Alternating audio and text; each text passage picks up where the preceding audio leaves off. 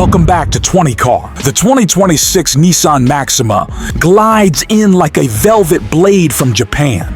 Smooth, sharp, and quietly confident in its intent. Its exterior design leans into athletic elegance.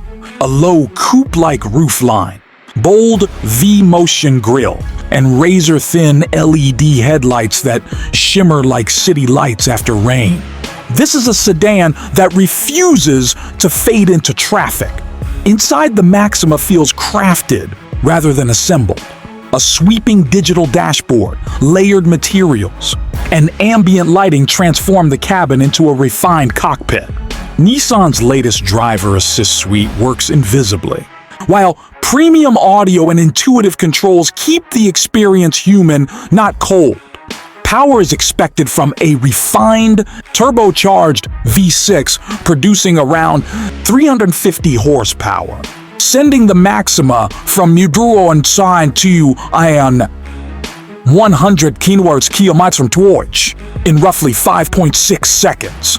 It challenges the Toyota Crown and Acura TLX, positioning itself as Japan's sporty executive alternative.